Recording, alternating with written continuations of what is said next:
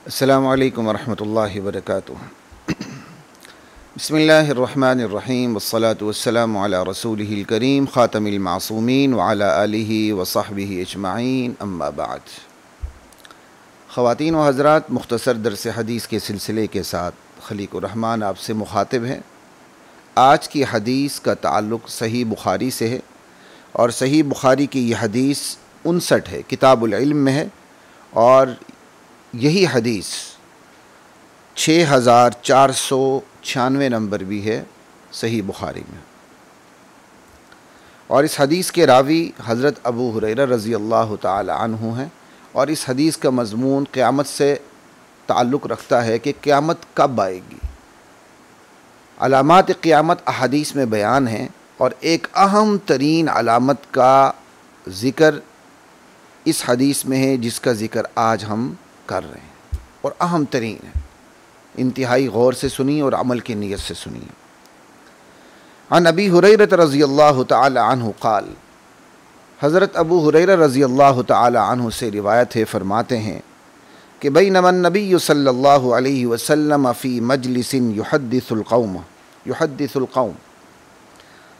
कि नबी करीम सल्लल्लाहु अलैहि वसल्लम सहाबा की मजलिस में तशरीफ़ फरमा थे और आप सहाबा से बातें कर रहे थे।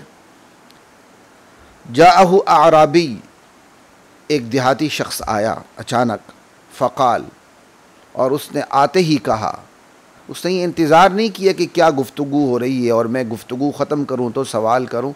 बेचारा देहाती था, ठीक है, और हम शायद ये किसी नशिस्त में बयान कर चुके हैं। नबी अलैहिस्सलाम देहातियों की बाकायदा रियायत फरमाया करते थे कि बेचारे देहात में होते हैं, उन्हें मजलिस के अदब आदाब का पता नहीं होता, आके फ़ौरन एक देहाती अंदाज़ में सवाल कर देते थे, और नबी अलैहिस्सलाम उनकी वो रियायत रखते थे जो हमेशा मजलिस में बैठने वालों की वो रियायत नहीं रखते थे। वजह यह कि हमेशा मजलिस में बैठने वालों की तरबियत हुई होती थी, और जिनकी तरबियत हुई हो और जो मुक़र्रबीन में शामिल हों, फिर उन पर सख्ती की जाती है, बाकायदा उनका एहतिसाब होता है। बहरहाल हदीस का मफ़हूम आपके सामने मैं रख देता हूँ कि उसने आते ही सवाल कर दिया। नबी अलैहिस्सलाम तो गुफ्तगू में मसरूफ़ थे, उसने आते ही जट सवाल कर दिया कि क़यामत कब आएगी। फ़मज़ा रसूलुल्लाह सल्लल्लाहु अलैहि वसल्लम युहद्दिस, आप सल्लल्लाहु अलैहि वसल्लम अपनी गुफ्तगू आपने जारी फरमाई। जो आप गुफ्तगू कर रहे थे, आप उसी गुफ्तगू में मसरूफ़ रहे। ये भी बहुत बड़ी तालीम है, तरबियत है। हमसे भी सवाल होते हैं, हम जुमे में बैठे होते हैं, एक नमाज की बात उमूमन ऐसे ही होता है, हालांकि सारे पढ़े लिखे इंटेलेक्चुअल साथी हैं। एक सवाल कर रहा होता है, झट दूसरा हाथ मिला के सवाल कर देता है। मैं अभी बात कर रहा होता हूँ और दूसरा अपनी बात दरमियान में घुसेड़ देता है, मुश्किल पेश आती है। ऐसा नहीं करना चाहिए। खैर, नबी अलैहिस्सलाम ने अपनी गुफ्तगू जारी रखी, जो आप गुफ्तगू फरमा रहे थे। अब कुछ लोगों ने कहा, समझा कि नबी अलैहिस्सलाम ने इसकी बात सुन ली है और आपको इसकी बात नागवार गुजरी है, इस देहाती की बात। और कुछ लोगों ने यह समझा कि नहीं, नबी अलैहिस्सलाम ने इसकी बात ही नहीं सुनी, बल लम यस्मा, उसने कहा तो है लेकिन नबी अलैहिस्सलाम ने बात नहीं सुनी। इस न सुनने पर बड़ी बातें हो सकती हैं, लेकिन मैं अभी नहीं करूँगा। ज़िंदा रसूलुल्लाह सल्लल्लाहु अलैहि वसल्लम मौजूद हैं और देहाती बात कर रहा है और आप सुन नहीं रहे। समझ गए होंगे बहुत से साथी, इसलिए आगे चलते हैं। हत्ता इज़ा क़ज़ा हदीसा, यहाँ तक कि नबी करीम सल्लल्लाहु अलैहि वसल्लम ने जब अपनी बात मुकम्मल फरमाई, फिर आपने फरमाया कि क़यामत से मुतालिक सवाल करने वाला कहाँ है। तो उस देहाती ने कहा, हाँ अना या रसूल अल्लाह, या रसूल अल्लाह मैं हूँ, वो मैं हूँ। अल्लाह अकबर। क़ाल, आप सल्लल्लाहु अलैहि वसल्लम ने इरशाद फरमाया, तो फिर सुन लो, फ़इज़ा दुय्यतिल अमाना फ़ंतज़िर अस्साअ, जब अमानतें ज़ाया कर दी जाएं तो फिर बस क़यामत का इंतज़ार करो। जब अमानतें ज़ाया कर दी जाएं, वो अमानतें चाहे उनका ताल्लुक़ हुकूकुल्लाह से हो, चाहे उनका ताल्लुक़ हुकूकुल इबाद से हो, मुतलक बात, जब अमानतें ज़ाया कर दी जाएं तो फिर क़यामत का इंतज़ार करो। तो उसने सवाल किया दूसरा, कैफ़ इज़ाअतुहा, ये अमानतें ज़ाया कर देना ये कैसे होगा? कमाल का सवाल था। क़ाला, आप सल्लल्लाहु अलैहि वसल्लम ने इरशाद फरमाया, इज़ा वुस्सिदल अम्रु इला गैरि अहलिही फंतज़िरिस्साअह व फ़ी रिवायतिन इज़ा उस्निदल अम्रु इला गैरि अहलिही फंतज़िरिस्साअह। आप सल्लल्लाहु अलैहि वसल्लम ने इरशाद फरमाया, जब मुआमलात, उमूर, काम नाअहल अफराद को सौंप दिए जाएं तो फिर क़यामत का इंतज़ार करो। यानी अमानतों का ज़ाया करना क्या है कि जब अमानतें नाअहल अफराद के सुपुर्द कर दिए जाएं, मुआमलात नाअहल अफराद के सुपुर्द कर दिए जाएं, काम उन लोगों के सुपुर्द कर दिए जाएं जो वो काम करने के अहल ही नहीं है।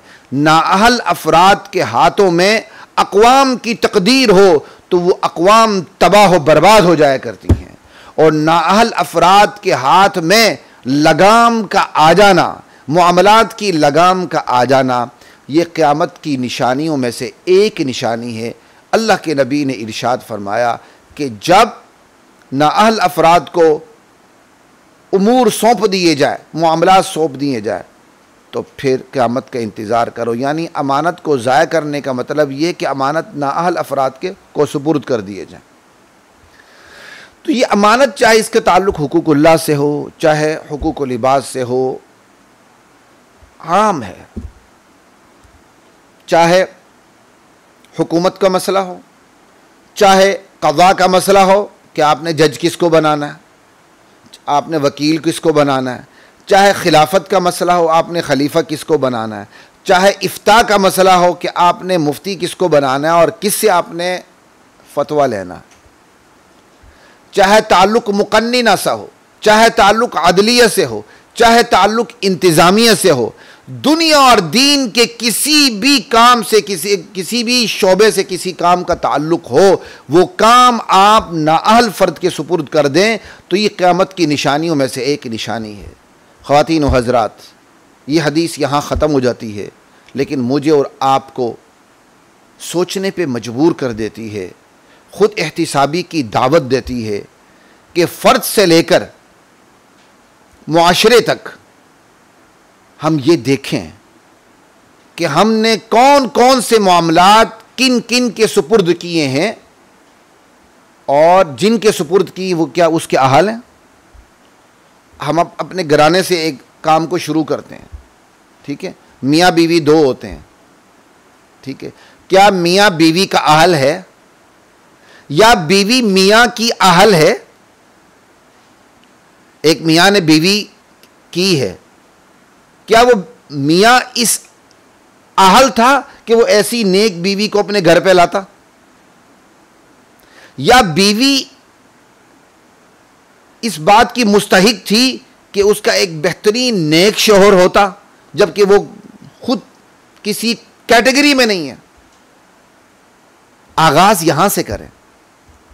यही है ना, नबी अलैहिस्सलाम ने फरमाया कि शादी निकाह किन उमूर की वजह से किया जाता? माल, जमाल, कमाल, हसब, नसब, ठीक। और जब तुम्हें इंतिखाब करना पड़े फसफर बिज़ात दीन, दीन वाली को लेके कामयाब हो जाओ। आगाज़ तो यहाँ से होता है। फिर मियाँ बीवी होते हैं, बच्चे होते हैं, ठीक है। अल्लाह ताला ने वो बच्चा आपको अमानत के तौर पर वो बच्चा आपके सुपुर्द किया। वो बच्चा आपका नहीं है, वो बच्चा अल्लाह का है, वो अल्लाह की मखलूक है। अल्लाह ताला ने आपको उसकी पैदाइश के एक ज़रिए बना के आपको वालिदैन का मकाम दे दिया है, लेकिन अब ये बच्चा आपके हाथ में अल्लाह की अमानत है, आप इसको किसके सुपुर्द कर रहे हैं? कभी गौर किया? कम आमदनी के बावजूद आपकी ख्वाहिश होती है कि मेरा बच्चा ब्रांड के स्कूल में पढ़े, और उस ब्रांड के स्कूल में उसके दीन का, अखलाक का सत्यानाश हो जाता है। वो वहां म्यूजिक की क्लासें लेता है, वो वहां डांस की क्लासें लेता है, वहां उसको इस्लाम की तालीम नहीं मिलती, वहां उसको सेकुलरिज्म की तालीम मिलती है। तो आपने वो अमानत किसके सुपुर्द कर दी? इसका मतलब आप वालिदैन हैं, ठीक है। आपने वालिद होने का सबूत ही नहीं दिया, आपने वालदा होने का सबूत ही नहीं दिया। अल्लाह ताला ने आपको ये अमानत दी थी, आपने किस इदारे के हवाले कर दिया? क्या वो इदारा अहल था कि वो आपकी बच्चे की तरबियत करे? कभी हमने सोचा? अल्लाह ताला ने तो दे दिया, अल्लाह ताला ने आलियत दी है, इख्तियार भी दी है, आपने उस इख्तियार को गलत इस्तेमाल किया। यहां से आपको काम को शुरू करें और सोचते चले जाएं, वही बच्चे बड़े हो जाते हैं। ठीक है, अब वो एक घर है, मियाँ बीवी हैं, बच्चे हैं, घर की एक रियासत है, घर की रियासत का सरबराह अल्लाह ने मर्द को बनाया। जब घर की रियासत का सरबराह अल्लाह ताला ने मर्द को बनाया तो घर के तमाम अहकाम जो हैं वो मर्द के हुक्म के मुताबिक चलते हैं, अगरचे मर्द को मशवरा करना चाहिए, लेकिन घर की रियासत का सरबराह कव्वाम मर्द है। लेकिन वो भीगी बिल्ली बना हुआ है, वो मियाँ नहीं मियाओं बना हुआ है, उसकी चलती ही नहीं है, चलती सारी बीवी की है। किस रिश्तेदार के पास आना है, किस रिश्तेदार के पास जाना है, किस रिश्तेदार से ताल्लुक़ रखना है, बच्चों को किन रिश्तेदारों के पास भेजना है, किन के पास नहीं भेजना, मगनियाँ कहाँ करनी है, शादियाँ कहाँ करनी है, किस तकरीब में जाना, किस तकरीब में नहीं जाना, ये सारे इख्तियारात तो आज की बीवी के पास हैं। मियाँ के पास तो मसला कश्मीर है, उसके पास तो कुछ भी नहीं है। और नबी अलैहिस्सलाम की हदीस है, लन युफ्लिहा कौम वल्लौ अमरहुम इमराअ, वो कौम हरगिज़ फला नहीं पा सकती जिसके अहम तरीन उमूर औरत के हाथ में चले जाएं। हमारी पंजाब की वजीर आला इस वक्त खातून है, चाहे वो जितने मर्जी अच्छे काम करें, मलका जुबैदा को शिकस्त दे दे, मलका सबा को शिकस्त दे दे, लेकिन अल्लाह की नजर में यह गलत है। अल्लाह ताला औरत को घर की चारदीवारी के अंदर देखना चाहता है, उसको हुकूमत की हुक्मरानी में देखना नहीं चाहता अल्लाह ताला। फर्द से शुरू हो जाए, अपने घरेलू जिंदगी में देखें, आप इख्तियारात को सही इस्तेमाल कर रहे हैं तो शुक्र अदा करें। अगर आप इख्तियारात को गलत इस्तेमाल कर रहे हैं, इसके मतलब अमानतें ज़्यादा ज़ाया हो रही हैं, नाअहल अफराद के हाथ में घर की लगाम है, इसी से आप आगे चले जाएं। स्कूल में, कॉलेज में, दफातर में, मुलाजमत में सारी सिफारिशें चलती हैं। नालायक अफराद की थोक से भर्ती होती है जिनकी मार्केट वैल्यू ज़ीरो नहीं माइनस होती है।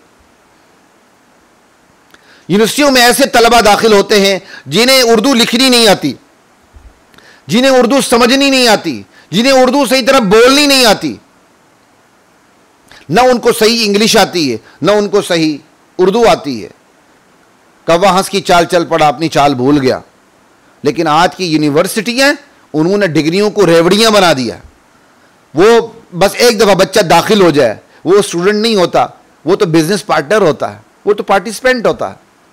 किसी न किसी शक्ल में वो टर्म सिस्टम है, डिग्री लेके ही निकलता है और वो उस डिग्री का अहल नहीं होता।